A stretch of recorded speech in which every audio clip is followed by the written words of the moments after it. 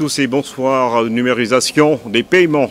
Des actions sont en cours pour créer au Sénégal un organe de coordination, des initiatives allant dans ce sens. L'enjeu est multiple.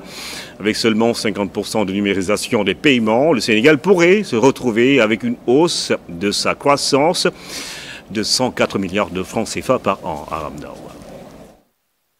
La dynamique de numérisation est déjà enclenchée au Sénégal, mais elle reste encore timide. Moins de 10% des flux de paiement.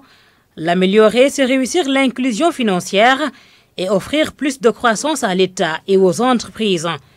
Numériser, c'est aussi sécuriser. C'est un problème de souveraineté nationale. L'État ne peut pas avoir des capitaux entrer et sortir sans pouvoir les contrôler. Alors qu'avec la digitalisation, maintenant, il y a des mouvements de fonds énormes. On en a parlé, 10 000 milliards, c'est pas petit.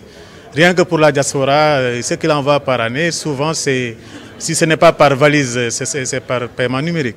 Une croissance de plus 104 milliards de francs CFA par an, 2% du PIB. C'est ce qu'une numérisation de moitié pourrait à elle seule apporter au Sénégal.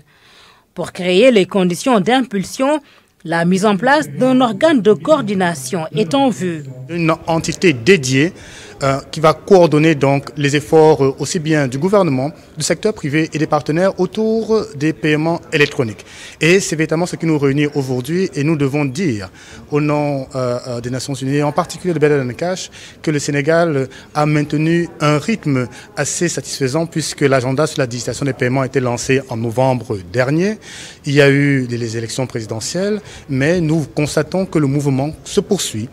L'étude menée en collaboration avec l'Alliance Better Than Cash recommande un délai de 4 à 6 mois pour la mise en place.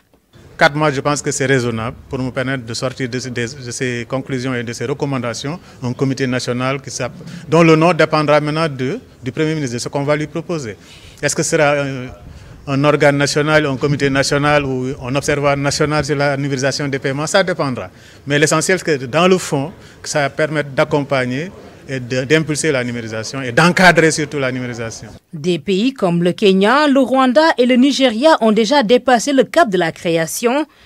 La leçon à tirer de leur expérience, un ancrage institutionnel fort et la mobilisation de tous les acteurs.